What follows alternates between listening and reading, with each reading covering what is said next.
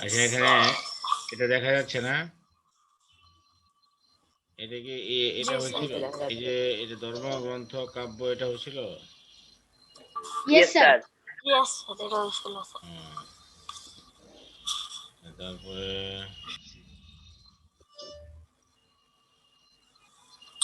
এটা হয়েছিল না পারিবারিক পদবি? Yes sir. হুম, এই পর্যন্তই। এরপরে মোটামুটি শেষ হয়ে যাবে। আচ্ছা যাক, তারপরে দেখো এখানে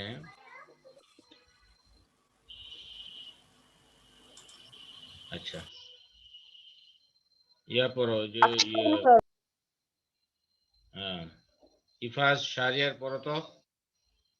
ইফাজ শাহরিয়ার তুমি পড়ো। ইয়েস স্যার, পড়তেছি। হুম, এখান স্যার, থেকে। কোন পরিবার ও বংশকে ওখান থেকে? হ্যাঁ হ্যাঁ, এখান থেকে পড়ো। হ্যাঁ,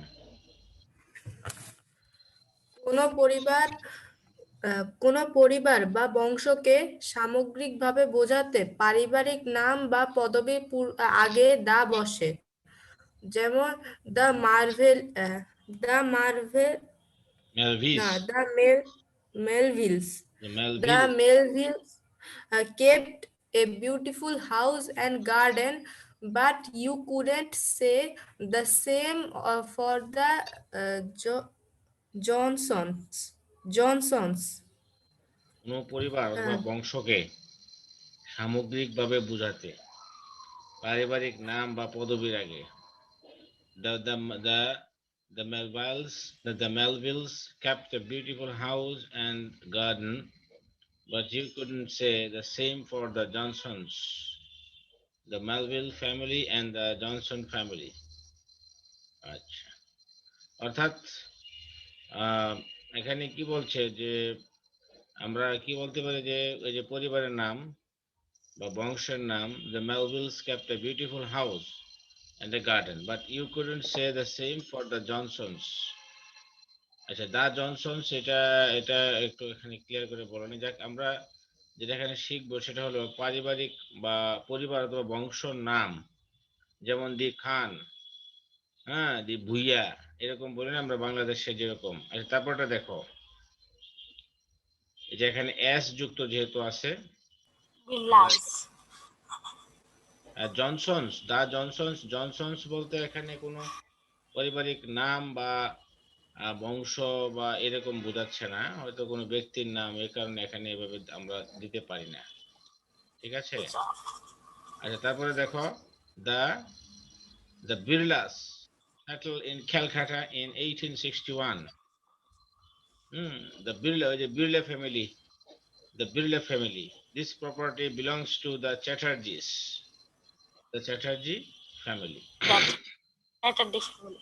ওকে, অর্থাৎ সোজা কথা, আমরা ফ্যামিলি নাম বা বংশ যেটা, এটা আমরা ব্যবহার করতে পারি। তারপরে পড়ো, এটা পড়ো এখান থেকে নিচের দুটি সেন্টেন্স লক্ষ্য করো। The playwright and critic is present here. The play, the playwright and the critic are present here. প্রথম সেন্টেন্সে দা দুটি নাউন এর আগে একবার ব্যবহার করা হয়েছে, কারণ এই একই ব্যক্তি প্লেরাইট এবং ক্রিটিক। কিন্তু দ্বিতীয় সেন্টেন্সে দুটি নাউনের আগে আলাদাভাবে দুটি দা বসেছে, কারণ প্লেরাইট এবং ক্রিটিক দুজন আলাদা ব্যক্তি। হ্যাঁ, এখানে যে জিনিসটা পরিষ্কার, প্লেরাইট মানে হচ্ছে নাট্যকার, ঠিক আছে। The playwright and critic is present here. এখানে দেখো, এখানে যে দুজন ব্যক্তি কিন্তু একই। প্লেরাইট মানে নাট্যকার, আর ক্রিটিক মানে হলো সমালোচক। যিনি সমালোচনা করেন তাকে বলা হচ্ছে ক্রিটিক।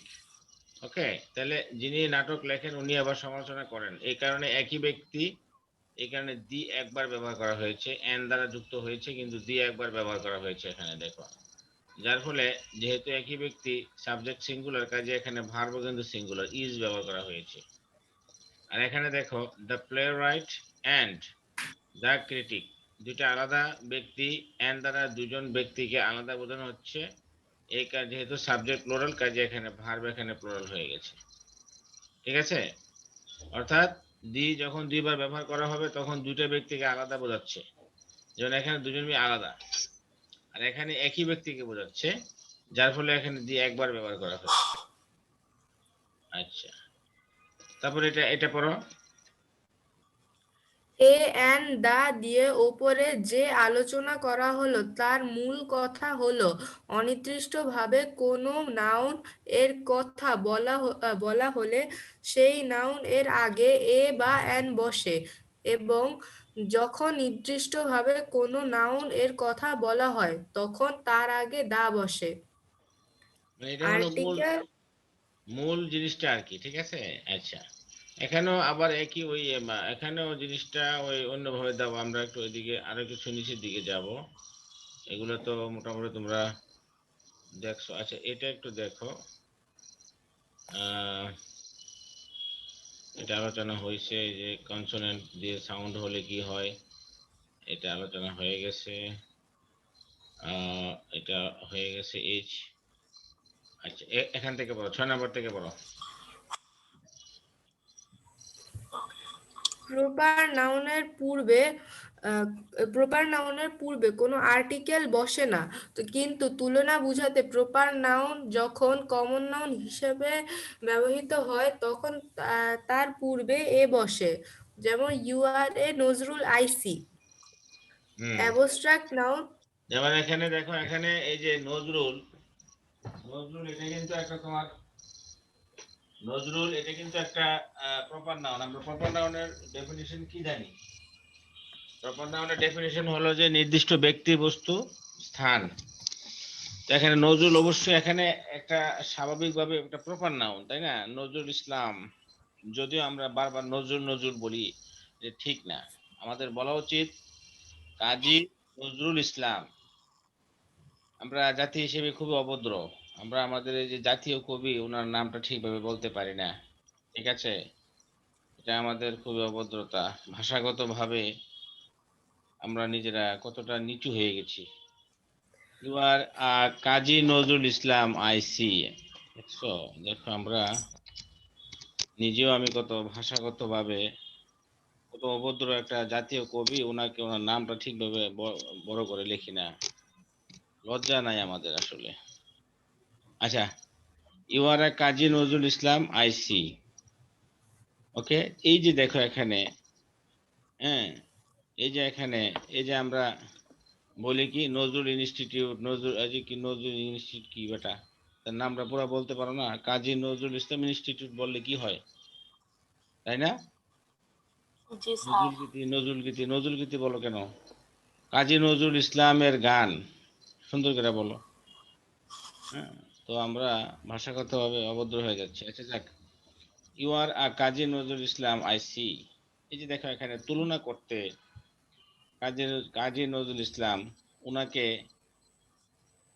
কমন নাউন প্রপার থেকে কমন নাউন করে ফেলা হয়েছে। তো কমন নাউনটা কি? কমন নাউন মানে হলো, যেমন তোমার নাম হলো রহিম, আব্দুর রহিম, এটা একটা প্রপার নাউন। এখন আমি যদি তোমার নামটাকে একটা সাধারণ নামে রূপান্তরিত করি, যেমন আব্দুর রহিম একটা ছেলের নাম, তার কমন নাউন কি হতে পারে? সে একজন স্টুডেন্ট, সে একজন বয়, হ্যাঁ, তার এগুলো তার সাধারণ নাম।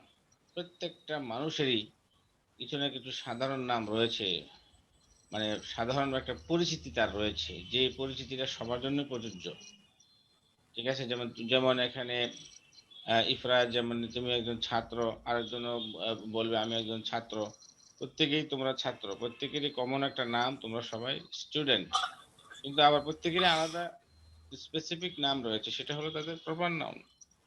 তো কখনো কখনো দেখা যায় যে স্পেসিফিক নামটা একটা সাধারণ নামে পরিণত হয়, ঠিক আছে। স্পেসিফিক নামটা একটা সাধারণ নামে পরিণত হয়, তখন দেখা যায় কি যে যদিও উদাহরণটা শুনতে একটু খারাপ লাগে, কিন্তু আমাদের এখানে চলে সব সময় যে অনেকে ওই রোহিঙ্গারা, তারা কিন্তু এসেছে আরেক দেশ থেকে।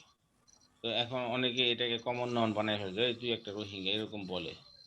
এরকম ভাবে দেখা যায় যে যখন মানুষ কোনো একটা স্পেসিফিক নামকে যখন সাধারণ নামে রূপান্তর করে তখন তার পূর্বে একটা তুলনা করার ক্ষেত্রে আমরা একটা এ বসাতে পারি, তুলনা করার জন্য আর্টিকেল এ বসাতে পারি। তারপরে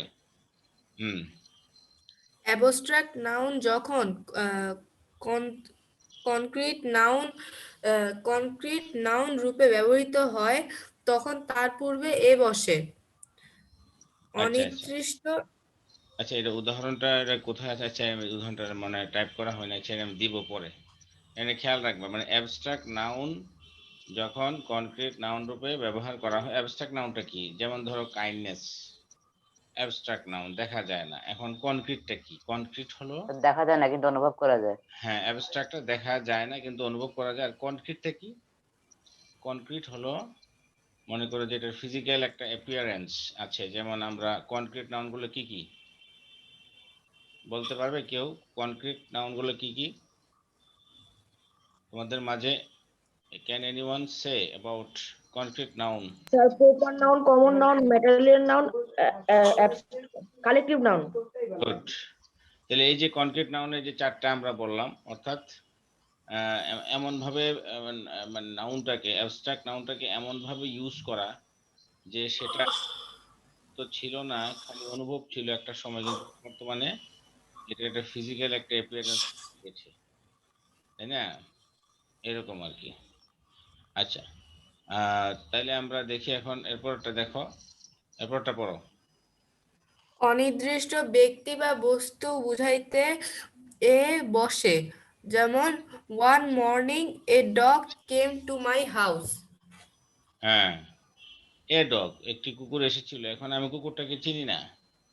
অপরিচিত কোনো ব্যক্তিও যদি তোমার বাড়িতে আসে, mister Rahman came to our house yesterday. তাহলে এই যে এখানে অপরিচিত কোনো ব্যক্তি বস্তু যেই হোক না কেন, তারপরে আমরা একটা অনির্দিষ্ট হিসেবে আমরা এ অথবা এন বসাতে পারি, ডিপেন্ডিং অন দিস মানে কনসোনেন্ট সাউন্ড। তারপরে কনসোনেন্ট অর ভাওয়েল সাউন্ড। তারপরে পড়ো। এ অনেক সময় প্রিপোজিশন হিসেবে ব্যবহৃত হয়। যেমন হি ওয়েন্ট এ হান্টিং। এখানে মূলত সেন্টেন্সটা এরকমই ছিল। ধরো এটা এরকম, হি ওয়েন্ট হান্টিং, মানে a is equal to a is equal to on, ঠিক আছে? এই যে এটাকে আমি যদি ডিলিট করে দেই, a is equal to on, he went on hunting. এই যে এটা, এই এটা কিন্তু এক ধরনের ছদ্মাবেশী একটা প্রেপোজিশন। এ এখানে আর্টিকেল হিসেবে ব্যবহৃত হয়েছে, হ্যাঁ, আর্টিকেল হিসেবে ব্যবহৃত হয়েছে, কিন্তু এ কিন্তু এখানে বসেছে এই অনের পরিবর্তে, ঠিক আছে? তাহলে এখানে হি ওয়েন্ট অন হান্টিং, সে শিকারে গিয়েছে। আমরা জানি যে প্রেপোজিশনের পরে কি বসে? নাউন বসে। তো হান্টিংটা এখানে ভার্বের সাথে আইএনজি যুক্ত হয়ে এসে এখানে কিন্তু জেরান্ড হিসেবে কাজ করছে।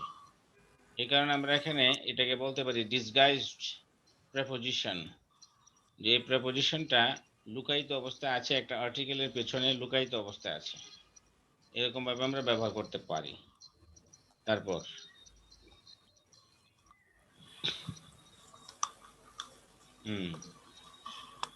তারপরে পড়ো।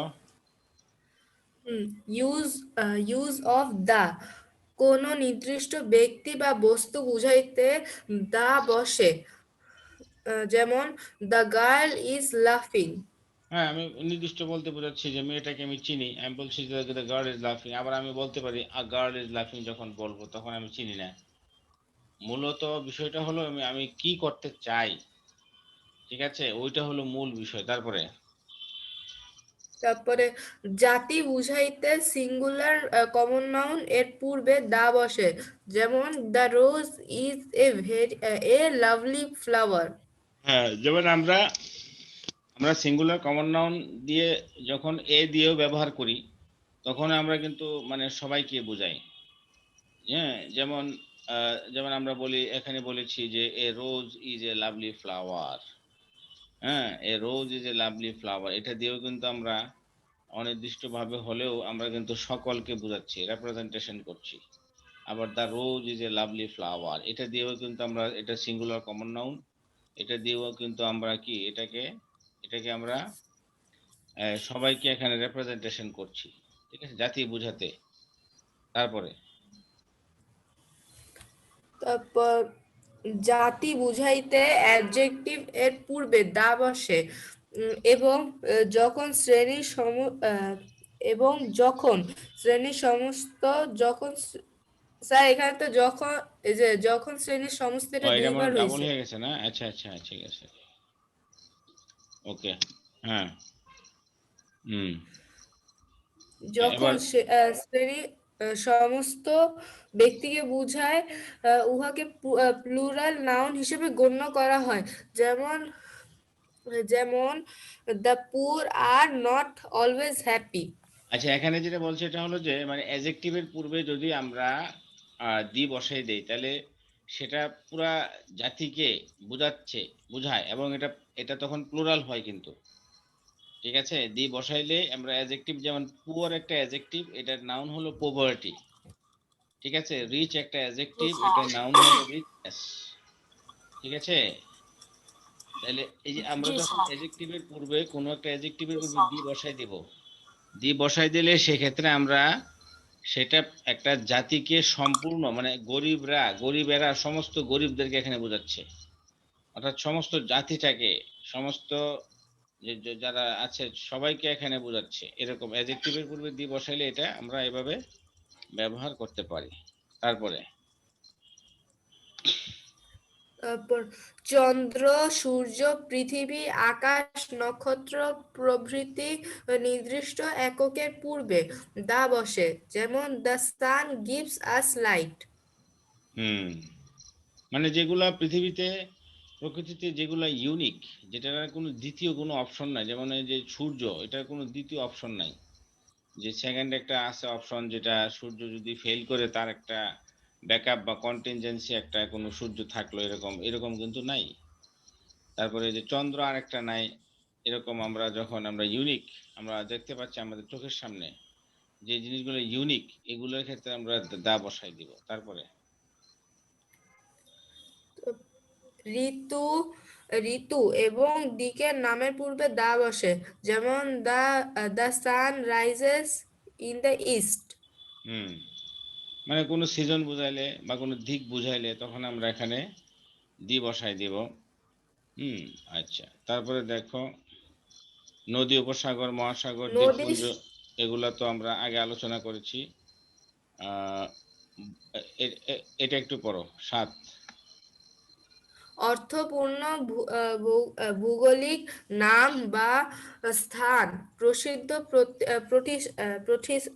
প্রতিষ্ঠান, আহ, ঐতিহাসিক ঘটনা, হোটেল, সিনেমা হল, সংবাদপত্রের নাম ও তারিখের পূর্বে দা বসে।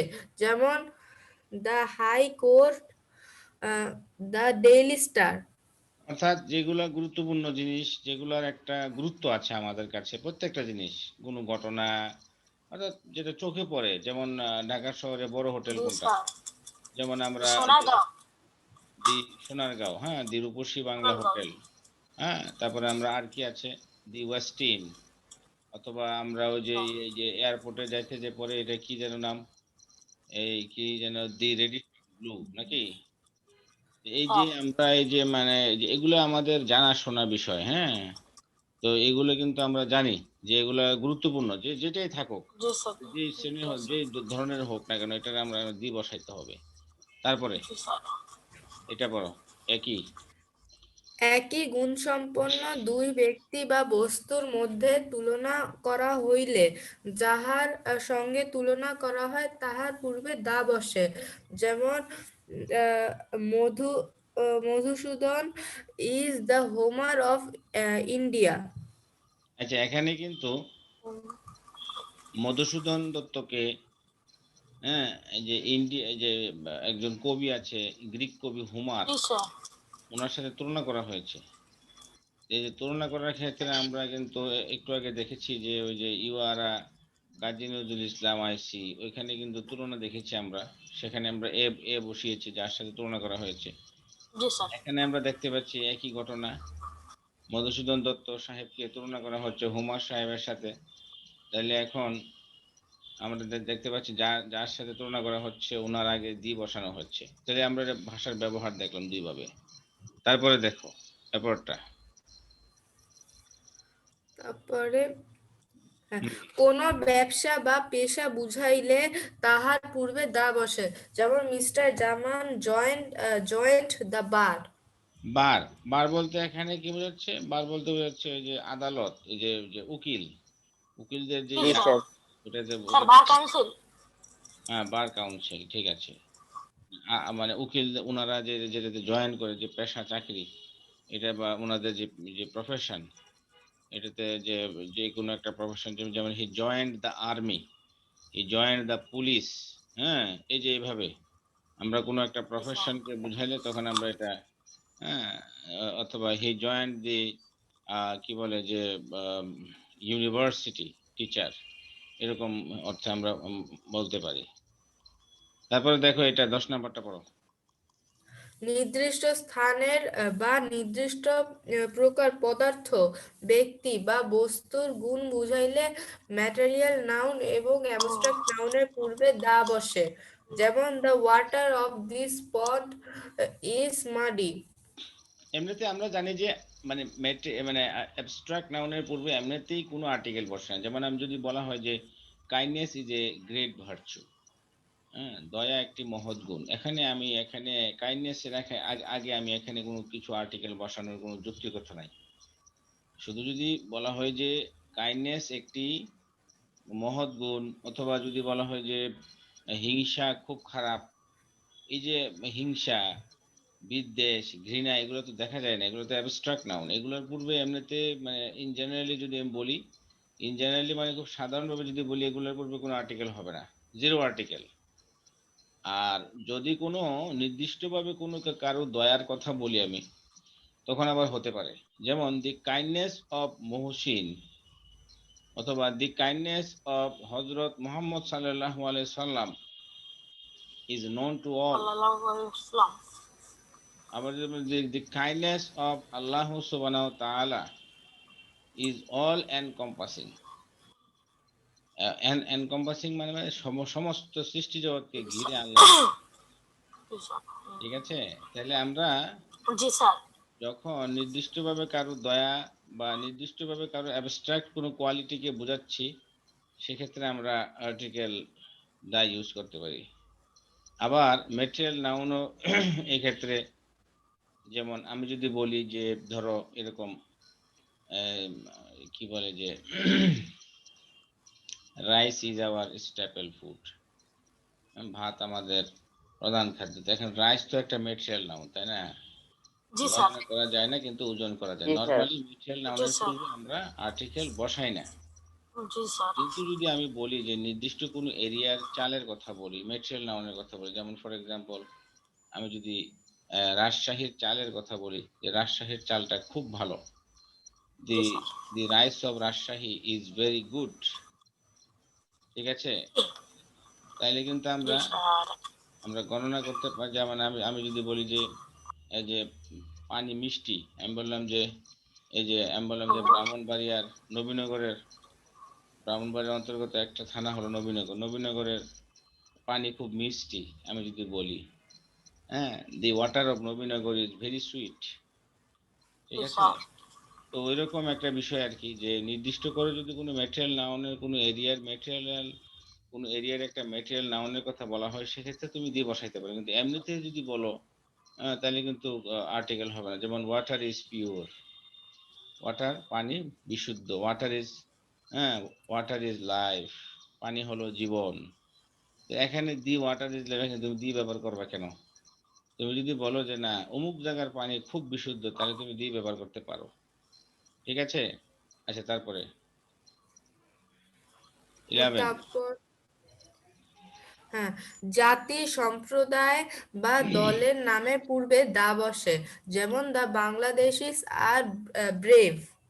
হ্যাঁ, এখানে বাংলাদেশিস, এখানে তোমার সবাইকে বোঝাচ্ছে, বাংলাদেশের যত লোক সবাইকে বোঝাচ্ছে যে তারা সবাই সাহসী, এই কারণে এখানে দি বসেছে, এটা প্লুরাল হয়ে গেছে এবং এটা একটা অ্যাডজেক্টিভও। জাপানিজ, বাংলাদেশি, যেগুলো কিন্তু অ্যাডজেক্টিভ হিসেবে আমরা ব্যবহার করতে পারি। জি ইন্ডিয়ান, স্যার। ইন্ডিয়া নাউন, হ্যাঁ বাংলাদেশ নাউন কিন্তু বাংলাদেশি, হ্যাঁ অথবা আমরা যদি বলি পাকিস্তান নাউন কিন্তু পাকিস্তানি অ্যাডজেক্টিভ। ওকে, তারপরে তারপর প্রথম, দ্বিতীয় ইত্যাদি সংখ্যা যখন ইংরেজিতে লেখা হয় তখন ইহার পূর্বে দা বসে, যেমন he was the first man to arrive. হ্যাঁ, তাহলে এখানে আমরা এটা দেখতে পাচ্ছি সংখ্যা বোঝাচ্ছি যে আমরা এখানে the first man, the second man to arrive. Okay, তারপর তারপর বাদ্যযন্ত্রের নামের পূর্বে দা বসে, হুম যেমন he can play the flute. হুম, এই যে বাদ্যযন্ত্র, he can play the flute, বাঁশি বাজাতে পারে। তারপর স্যার হুম, তারপর স্যার যে কোনো বাদ্যযন্ত্রের আগে দা বসবে। না, এখানে যদি তোমার অনেক সময় মানে জেনারেলি দা বসে, কিন্তু যদি অনির্দিষ্টভাবে জি স্যার। বোঝাতে চায়, মনে করো কোনো একটা প্যাসেজে ধরো অনির্দিষ্টভাবে বুঝিয়েছি, এখানে তো আমরা একটু জি আগে স্যার। পড়েছি যে আর্টিকেলের মূল বিষয়টা হলো যে তুমি কিভাবে ব্যবহার করতে চাও। জি স্যার। ঠিক আছে, তুমি কিভাবে তুমি ঘুমাইতে চাও, তুমি ঘুমাইতে পারো, হ্যাঁ তুমি কাঁথা গায়ে দিয়ে ঘুমাইতে পারো, ল্যাপ গায়ে দিয়ে ঘুমাইতে পারো, এসি ছাইরা ঘুমাইতে পারো, নিচে ঘুমাইতে পারো, তিনতলায় ঘুমাইতে পারো, ঠিক না? কিভাবে তুমি চাও, জি এটা স্যার। এটা হলো মূল বিষয়। তুমি কিভাবে চাচ্ছ, বাদ্যযন্ত্রটাকে কি তুমি অনির্দিষ্টভাবে বোঝাতে চাচ্ছ? এটা তোমাদের তো এগুলো, তোমাদের তো এগুলো নির্দিষ্ট করে বুঝাইলে কি হবে? অনির্দিষ্টভাবে বুঝাইলে তোমার এটা সাউন্ডের উপর নির্ভর করে এ অথবা এন হবে। তোমার জি যদি স্যার। কনসোনেন্ট সাউন্ড হয় তাহলে কি হবে, এ হবে। ভাওয়েল সাউন্ড হলে জি স্যার। তোমার এন হবে। আর তুমি এমনিতে আমরা নির্দিষ্ট করে যখন বুঝাইতে চাই, এবং সাধারণত আহ, দি দি ব্যবহৃত হয়, যেমন he can play the flute, সে বাঁশি বাজাতে পারে। ঠিক আছে, এখানে যেহেতু সে পারে, সেহেতু এটা জিনিস তার তার কাছে পরিচিত, নাকি? এখন যদি আমি এরকম বলি যে he can play a flute, সে বাঁশি বাজাতে পারে, তাহলে আমি বোঝা গেল যে বাঁশি জিনিসটা সে চিনেই না, অনির্দিষ্ট, নাকি? বা এরকম মানে একটা অর্থে আমরা যখন বলি, হ্যাঁ দিস ইজ এ বয়, আমরা কিন্তু একটা অর্থে একজন বালক অর্থে বোঝানোর চেয়ে বরং আমরা আর্টিকেলটা ব্যবহার করি নির্দিষ্টতা অথবা অনির্দিষ্টতা বোঝাতে। কথাটা বুঝতে পেরেছো? হ্যাঁ, জি তো স্যার। জি হ্যাঁ, স্যার। এখানে মূল বিষয়টা তোমাকে খেয়াল রাখতে হবে। এখানে একজন, দুজন, তিনজন বুঝাইতে কিন্তু আমরা 1 2 3 4 5 ব্যবহার করি। একজন বালক, ওয়ান বয়, দুজন বালক, টু বয়। তুমি কিন্তু ওই একজন দুজন বুঝাইতে এ এ কে ব্যবহার করা ঠিক না। কারণ এ অথবা এন অথবা দি এগুলো আমরা নির্দিষ্টতা অথবা অনির্দিষ্টতা প্রকাশ করতে ব্যবহার করি, এটা খুব খেয়াল করতে হবে। বুঝতে পেরেছো? এই বয় মানে একটা ছেলে।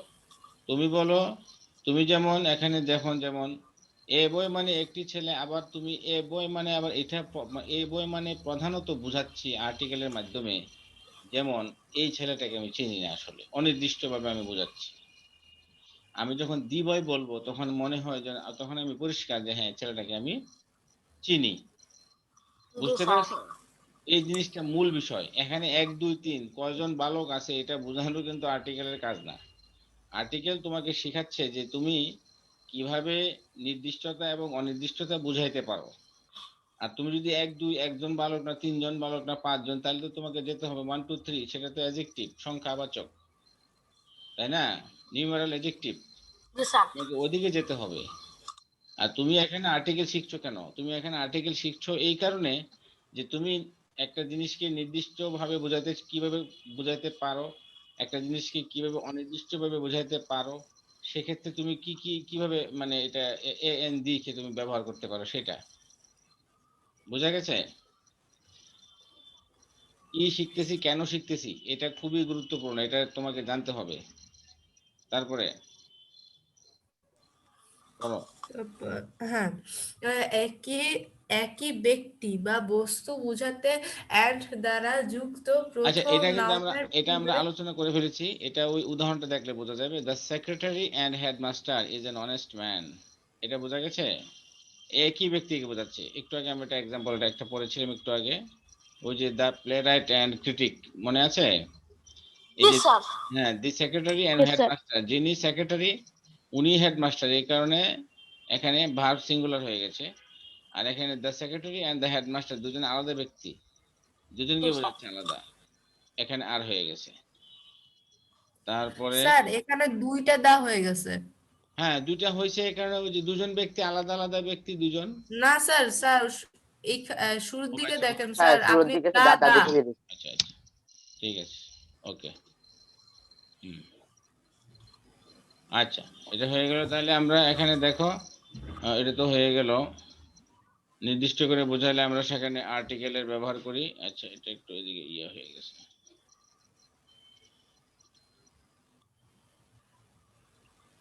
আচ্ছা তাইলে আমরা এগুলো তো মোটামুটি হয়ে গেছে, এ এন দিয়ে এর ব্যবহার আমরা শিখেছি, এটাও শেখা হয়ে গেছে।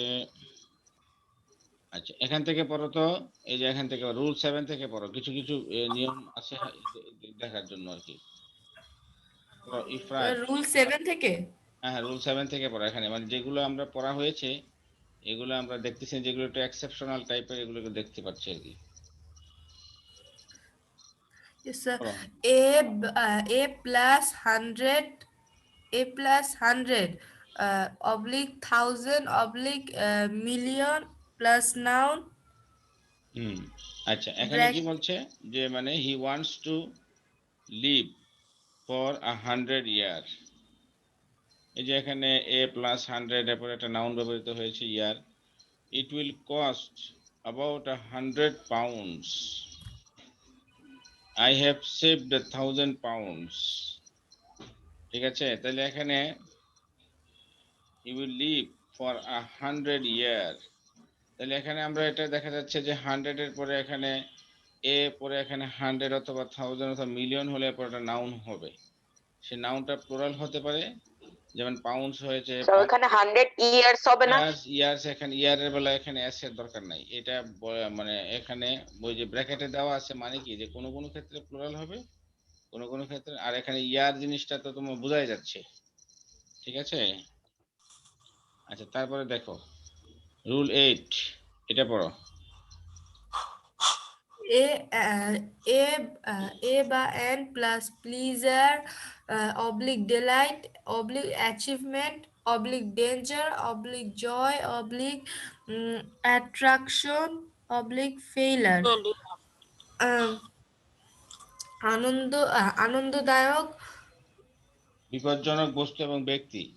আচ্ছা এখানে দেখো he is a danger, he is a danger মানে এই যে এখানে মানে বুঝাইছে যে অর্থাৎ এই ধরনের শব্দ যেগুলো তোমার এখানে এদের সাথে এ ব্যবহার করতে পারবে, যেমন ফতুল্লাহ ইজ আ, হ্যাঁ Fatullah is a danger, Fatullah একটি বিপজ্জনক স্থান। স্যার ওই যে ওখানে এ হবে স্যার হি আমি বুঝাই তোমাকে বুঝাচ্ছি, এটা কি বুঝিয়েছে এখানে, বুঝাইছে এটা যেমন হি ইজ এ ডেঞ্জার, সে এখানে এখানে এ ডেঞ্জার এটা একটা নাউন, কিন্তু এই নাউন দ্বারা কিন্তু তাকে বুঝিয়েছে, সে একটি বিপজ্জনক ব্যক্তি বোঝাচ্ছে, ঠিক আছে। অর্থাৎ এ অথবা এন এর পরে যখন এই শব্দগুলো আসবে তখন হয়তো কোনো ব্যক্তিকে বোঝাবে অথবা বস্তুকে বোঝাবে। যেমন Fatullah is a danger, Fatullah একটি বিপদ, তো ফতুল্লাহ তো কোনো ব্যক্তির নাম না, একটা জায়গার নাম, বিপজ্জনক স্থান, অর্থটা এখানে ক্লিয়ার করছে আর কি।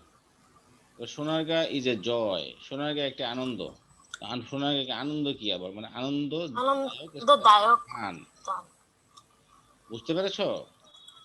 অর্থাৎ এখানে এই যে এ অথবা এন এর পরে যদি প্লেজার, ডিলাইট, অ্যাচিভমেন্ট, ডেঞ্জার, জয়, অ্যাট্রাকশন, ফেলিওর, তাহলে মানে কোনো না কোনো ভাবে এটা হয়তো ব্যক্তি বস্তু স্থান যেটাই থাকুক সেটা ওই অর্থে বুঝাবে।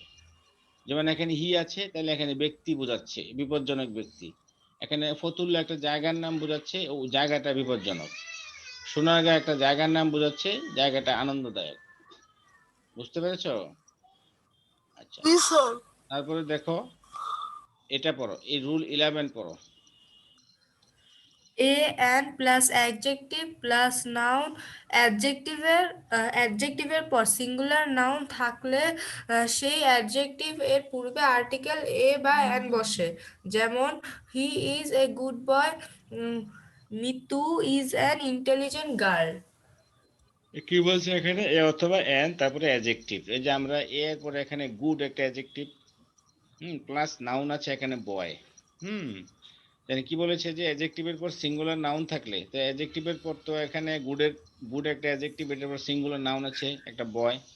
হ্যাঁ, অ্যাডজেক্টিভের পর সিঙ্গুলার নাউন থাকলে সে অ্যাডজেক্টিভের পূর্বে আর্টিকেলে অথবা অর্থাৎ সরাসরি ওই বয়ের আগে তোর বসতে পারবে না। যদি এরকম কি ব্যবহার করা যায় যে হি ইজ গুড এ বয়, এরকম তো আমরা করতে পারি না। আমরা এই কারণে কি করেছি যে ওইটাকে মানে আর্টিকেলটাকে যেটা ইনডেফিনিট আর্টিকেল এটাকে আমরা ওই গুড অ্যাডজেক্টিভের আগে আমরা ব্যবহার করেছি। এবং সে এখানে কিন্তু আমরা বয়টাকে বুঝাচ্ছি। হ্যাঁ, ছেলেটাকে কিন্তু অনির্দিষ্টভাবে বোঝানো হচ্ছে, কিন্তু বসার সময় সে অ্যাডজেক্টিভটার পূর্বে বসতেছে, কারণ ওইভাবে মানে এটা প্র্যাকটিসটা এরকমই। যেমন এখানে Mitu is an intelligent girl. হ্যাঁ, মিতু ইজ আ গার্ল। আমরা যদি ইন্টেলিজেন্ট না থাকতো অ্যাডজেক্টিভটা, তাহলে আমরা কি বলতাম? Mitu is a girl. তাহলে এখানে যেহেতু এখানে তার পূর্বে একটা অ্যাডজেক্টিভ ব্যবহার করা হয়েছে, এই কারণে আমরা এখানে এ ব্যবহার না করে এখানে এন ব্যবহার করতে হয়েছে। কারণ হলো যে এখানে ইন্টেলিজেন্টের পূর্বে আই আছে এবং এটা ভাওয়াল। ভাওয়ালের বেলায় আমরা এন ব্যবহার করি, এ ব্যবহার না করে। জি স্যার। তারপরে 12 a oblique an plus student oblique idiot, যা প্যাসেজে প্রথমবার উল্লেখ করা হয়েছে, যেমন Rachana is a student, there is an idiot. there was an idiot। অর্থাৎ কোনো জিনিস একটা প্যাসেজে প্রথমবার উল্লেখ হলে তখন সেটার ক্ষেত্রে আমরা এ অথবা এন ব্যবহার করি, কিন্তু দ্বিতীয়বার যখন এটা আসবে তখন তার পূর্বে একটা আমরা দিয়ে ব্যবহার করে ফেলবো। বুঝতে পারছো? যেমন there is a boy in the field। জি যেমন ধরো স্যার। there is a, মনে করো তুমি প্রথমে বললা যে there is a boy in the field, there is a boy in the field, মাঠে একটি বালক। দ্বিতীয়